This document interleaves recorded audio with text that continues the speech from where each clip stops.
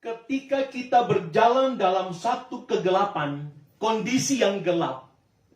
Sekali lagi, ketika kita sementara berjalan dalam satu keadaan, satu kondisi, satu situasi yang dimana jalan itu gelap, atau suatu ruangan itu gelap, yang kita butuhkan bukan uang.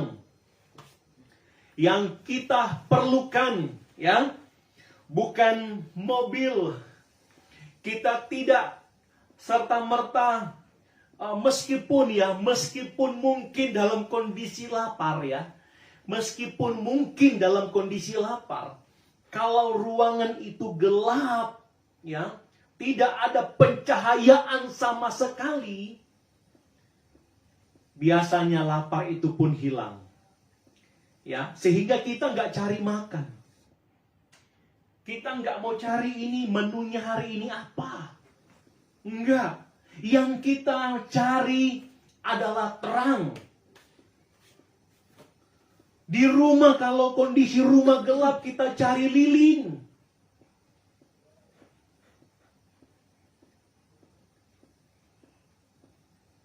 Haleluya. Teknologi hari-hari ini yang kita biasanya pegang hari-hari sangat membantu. Ketika dalam kondisi gelap, kita langsung menyalakan handphone. Ketika handphone menyala, ya, handphone itu hidup, akan muncul satu pencahayaan. Setidaknya ketika ruangan itu gelap, ada cahaya. Ya. Belum lagi ketika kita nyalakan lampunya. Haleluya. Jadi ketika kita berada dalam satu ruangan yang gelap, atau dalam satu perjalanan, kita diperhadapkan dengan jalan yang gelap, kita nggak lagi berpikir tentang uang. Kita nggak lagi berpikir tentang mobil. Kita nggak berpikir tentang makanan. Tetapi yang terpikirkan oleh kita, bagaimana kita mendapatkan terang dalam perjalanan kita. Bagaimana kita bisa saling kenal di dalam ruangan yang gelap. Bagaimana bisa kita akan mengetahui jalan kita lurus atau bengkok. Maka dari itu betapa pentingnya terang dalam aktivitas kehidupan kita. Amin.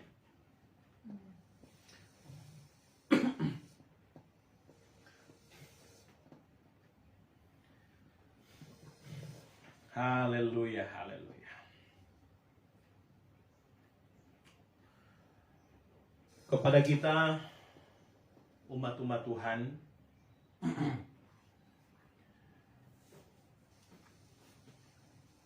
saya yakin dan percaya dari ilustrasi saya tadi, kita bisa mencerna dengan baik, memahami dengan baik betapa pentingnya terang itu bagi kehidupan kita. Amin. Amin.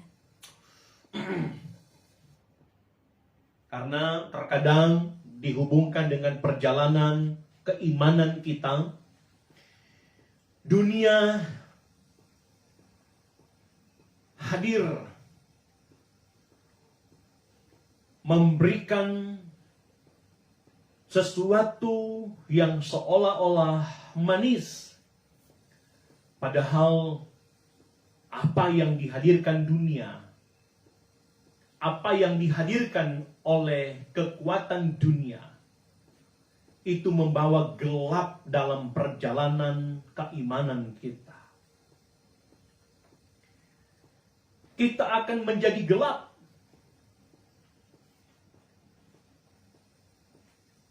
Haleluya. Dunia banyak kali menghadirkan kecemasan. Dunia banyak kali menghadirkan kekhawatiran kepada kita. Dunia menghadirkan kerisauan kepada kita. Kebimbangan, kekacauan, ketakutan. Ini bagian dari sesuatu yang gelap. Kalau hal-hal ini ada dalam kehidupan kita, kita bahkan berpikir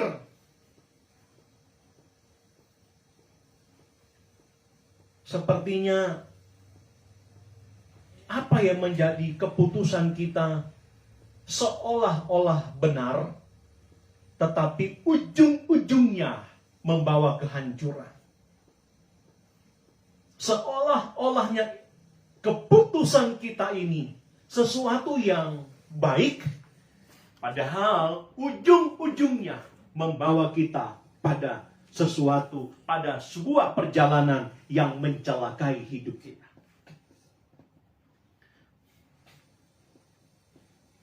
Bahkan kerisauan, kekhawatiran, kegelisahan, ketakutan itu membawa kita pada sebuah keputusan-keputusan yang salah. Inilah yang dihadirkan dunia untuk membuat kita merasa tidak nyaman. Haleluya. 1 Yohanes 5 ayat 19.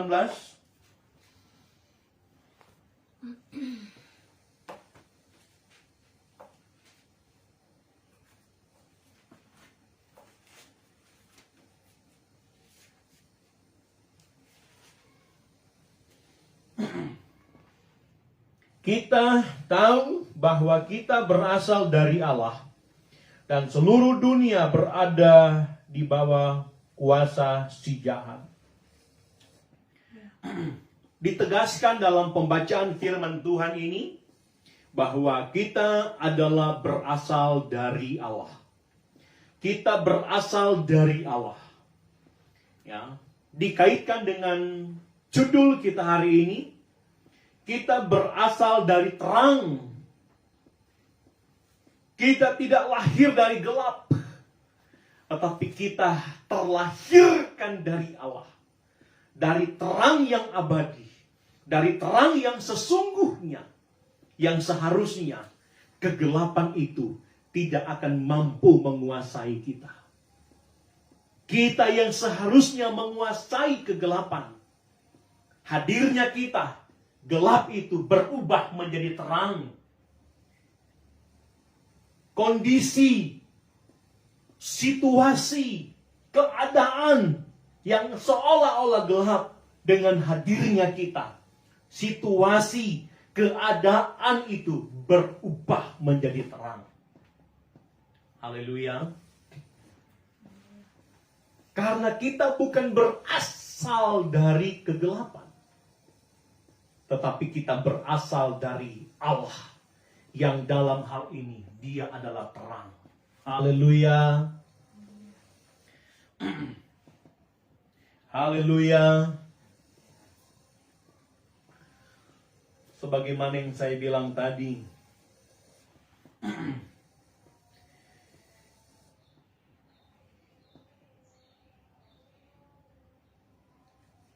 seluruh dunia berada di bawah kuasa si jahat. Si jahat yang dalam hal ini kekuatan gelap. Ya. Hanya menghadirkan, seperti yang saya sudah bilang tadi, kecemasan kepada kita. Kekhawatiran kepada kita. Masa depan kita suram. Setiap usaha kita mentok. Udahlah. Sekian lama mengiring Tuhan begini-begini aja. Ini faktor-faktor yang disuguhkan oleh dunia untuk membuat suram kehidupan kita. Ini yang dihadirkan oleh dunia untuk membuat kita gagal dalam perjalanan hidup. Inilah yang dihadirkan dunia untuk membuat kita jauh dari mahkota abadi setelah kehidupan kita sekarang ini.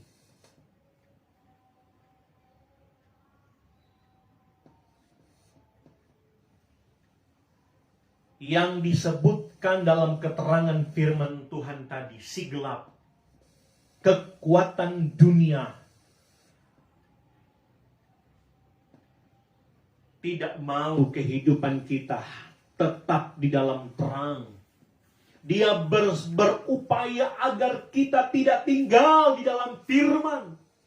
Dia berupaya agar kita tidak tetap tinggal dalam kebenaran Allah. Dia berusaha untuk merampas kehidupan kita, untuk membawa kita ada pada kehidupan yang gelap, kehidupan dunia, kehidupan daging, kehidupan yang tidak disukai oleh Tuhan, kehidupan yang berbenturan dengan kebenaran Allah, kehidupan yang dibenci oleh Tuhan. Itulah kehidupan gelap. Kehidupan yang dibenci oleh Tuhan, kehidupan yang tidak disukai oleh Tuhan, kehidupan yang berbenturan, bertentangan dengan kebenaran firman Allah. Itu yang dimaksudkan dengan kehidupan gelap.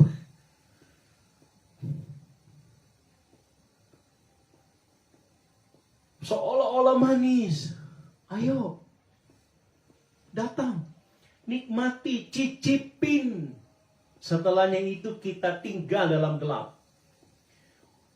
Seolah-olah kita berpikir ini sesuatu yang enak, ini sesuatu yang menguntungkan. Ujung-ujung dari sebuah perjalanan kita adalah kebinasaan. Hati-hati. Jangan menganggap hal-hal yang disodorkan, yang ditawarkan, yang dihadirkan dunia manis. Dan manis ini akan berujung baik pada kehidupan kita. Hati-hati.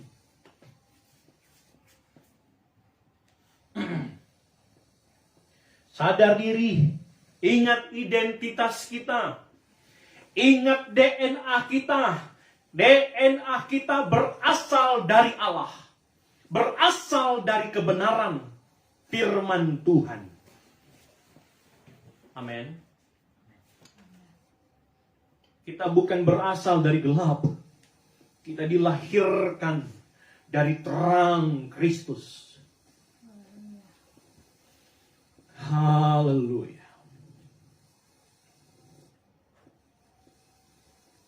Sehingga kehidupan kita boleh menjadi terang. Boleh menjadi berkenan. Boleh menjadi sesuatu yang berbau harum di hadapan Tuhan. Menjadi pribadi yang disukai oleh Tuhan. Sesuatu yang disukai oleh Tuhan, inilah yang menjadi sesuatu yang tidak disukai oleh dunia. Yang tadi saya bilang, dia mau merampas kita dengan segala cara siasat jahatnya, strateginya, dengan segala metode-metode yang terbaik dari dunia, ingin merampas kita, ingin mencuri kita dari Tuhan. Hati-hati.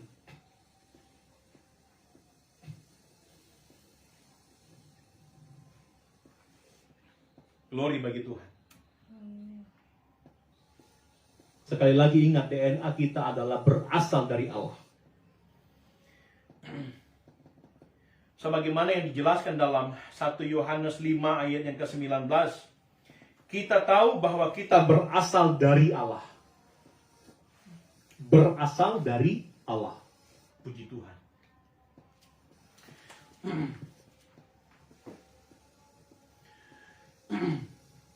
Kalau kita melihat firman Tuhan di dalam Amsal 14 ayat 12, sebagaimana yang saya sudah singgung tadi, kita seolah-olah berpikir apa yang kita lakukan hari-hari ini sesuatu yang lurus jalannya, baik jalannya, padahal ujung-ujungnya mendatangkan kebinasaan. Amsal 14 ayat 12. Ayat 12, demikian firman Tuhan. Ada jalan yang disangka orang lurus, tetapi ujungnya menuju maut. Ada jalan yang disangka orang lurus, tetapi ujungnya menuju maut. Glory bagi Tuhan. Hati-hati dengan perjalanan kita hari-hari ini. Perlu kita waspada, perlu kita cermati dengan baik. Adakah perjalanan kita kategorinya lurus dan benar-benar sudah lurus, atau sesuatu yang kita lakoni hari-hari ini itu berbenturan dengan kebenaran firman Tuhan. Haleluya. Itu yang perlu diwaspadai dan itu yang perlu kita takuti. Jangan-jangan apa yang kita buat hari ini ya sesuatu yang sia-sia. Maka dari itu, agar hidup kita ini terarah, hidup kita ini betul-betul ada pada track kebenaran firman Tuhan. Mari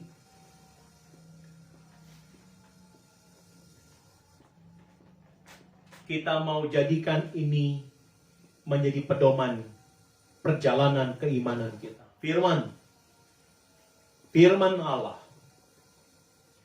Kita mau jadikan firman Allah sebagai pedoman.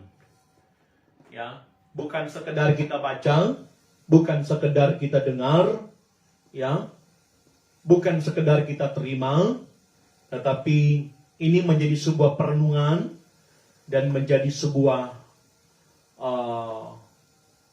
pelita, menjadi sebuah pelita bagi hidup kita, dan jadikan firman Tuhan sebagai terang dalam perjalanan keimanan kita, agar kita tidak tersandung, agar kita tidak masuk lubang, ya, lubang yang akan membuat kita menjadi luka. Lubang yang bukan saja sekedar menjadikan kita menjadi luka, tetapi bisa-bisa ada satu kejadian yang fatal. Lubang itu membawa sebuah kematian, ya, yang membawa kita terhindar dari kehidupan mahkota abadi, mahkota kebahagiaan. Haleluya. Hati-hati.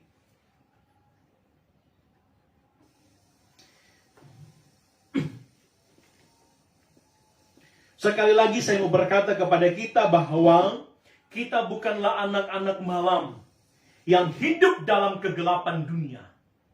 Sekali lagi dengar baik, kita bukanlah anak-anak malam yang hidup di dalam kegelapan dunia, tetapi kita adalah anak-anak terang. Coba kita lihat firman Tuhan yang terdapat di dalam 1 Tesalonika 5. Saya minta remaja Ishak membacakannya. 1 Tesalonika 5 ayat yang kelima.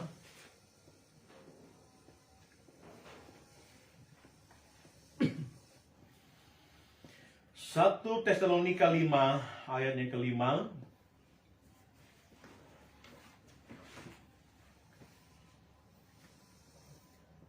Tesalonika 5 ayat 5. Karena kamu semua adalah anak-anak terang dan anak-anak siang. Kita bukanlah orang-orang malam atau orang-orang kegelapan. Haleluya. Puji Tuhan. Saya baca kembali. Karena kamu semua adalah anak-anak terang dan anak-anak siang. Kita bukanlah orang-orang malam atau orang-orang kegelapan. Lebih jelas di dalam 1 Tesalonika 5 ayat 5 di sini,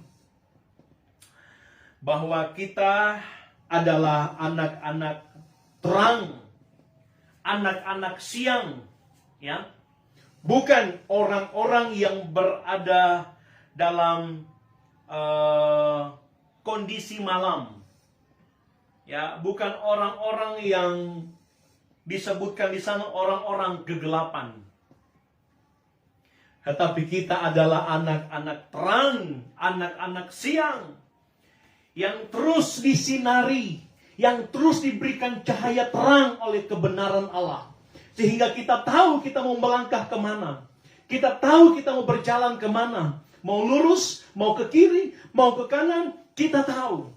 Karena kita ada di dalam terang-terangnya Tuhan. Kita enggak dalam kegelapan. Orang yang ada dalam kegelapan, dia enggak tahu mau kemana. Dia mau seolah-olah mau lurus, padahal dia sementara ke kiri. Dia mau ke kiri, padahal dia sementara ke kanan. Haleluya. Itulah kondisi orang gelap. Ya, Orang yang nggak tahu dia mau kemana. Dia merasa dia ada berjalan ke kiri, padahal dia sementara berjalan ke kanan. Dia merasa seolah-olah jalannya lurus, padahal dia sementara melakukan perjalanan yang berbelok-belok. Dia merasa dia sementara berjalan, ujung-ujungnya jalan itu adalah jalan yang tidak mentok. Padahal dia sementara berjalan dalam satu perjalanan yang ujungnya mentok. Seolah-olah dia berkata dia berjalan dan dia tidak akan masuk lubang. Hanya beberapa langkah ke depan di dalam kegelapan itu, dia masuk lubang, Bapak Ibu. Dan lubang itu sebagaimana yang saya bilang tadi, biasanya banyak kejadian. Mau lubang kecil, lubang besar, ya, kita menemukan banyak peristiwa, ya. Bisa saja hanya luka-luka biasa, atau ada yang kondisinya luka-luka parah, dan yang ketiga bisa mengakibatkan kematian. Hati-hati, hati-hati. Maka dari itu, sekali lagi, izinkan firman sebagai terang Allah yang akan menerangi perjalanan kita. Jangan tolak didikan Tuhan yang akan terus menuntun kita, yang akan terus membimbing kita, yang akan terus hadir dengan nasihat-nasihat Allah untuk membawa jalan kita tetap lurus. Haleluya. Untuk terus membawa kehidupan kita tetap berkenan kepada Tuhan. Untuk terus membawa kehidupan kita tetap berbau harum di hadapan Tuhan. Untuk terus membawa kehidupan kita tetap disukai oleh Allah. Ketika hidup kita disukai oleh Allah, tentu orang-orang di sekitar kita pun akan menyukai kita. Akan senang dengan kita. Akan bersyukur dengan hadirnya kita. Haleluya. Puji Tuhan. Sebab sesungguhnya apa yang saya bilang tadi itu adalah benar. Injil adalah kekuatan Allah. Firman adalah kekuatan Allah. Itu ayat yang terakhir, Roma 1 ayatnya yang ke-16.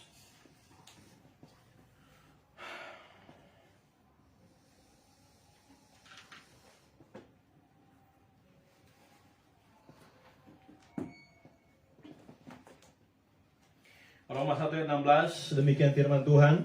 Sebab aku mempunyai keyakinan yang kokoh dalam Injil, karena Injil adalah kekuatan Allah yang menyelamatkan setiap orang yang percaya, pertama-tama orang Yahudi, tetapi juga orang Yunani, bahkan kepada kita semua. Amin. Haleluya. Surat Rasul Paulus kepada jemaat yang di Roma, dia berkata dalam ayat 16, aku mempunyai keyakinan yang kokoh dalam Injil, karena Injil adalah kekuatan Allah yang menyelamatkan setiap orang. Injil adalah kekuatan Allah. Firman adalah kekuatan Allah. Firman adalah suara Allah yang senantiasa akan membawa kita pada keselamatan. Bertolak dari judul kita, firman adalah terang Allah yang akan menghindarkan kita dari segala dosa, yang akan menghindarkan kita dari segala jalan-jalan yang tidak berkenan, yang akan menghindarkan kita dari segala lubang-lubang kebinasaan, yang akan menghindarkan kita dari segala jebakan-jebakan dunia, yang akan menghancurkan kita, yang akan menghindarkan, menjauhkan kita dari segala perangkap-perangkap yang akan membuat kita rusak. Tapi terang Allah akan membawa kita semakin berkenan dan disukai oleh Tuhan. Bahkan berkat-berkat Allah boleh hadir di tengah-tengah kita. Pribadi, lepas pribadi, keluarga, dan orang-orang di sekitar kita. Terpujilah nama Tuhan. Inilah firman yang boleh saya bawakan. Mungkin sederhana, ya, mungkin sederhana.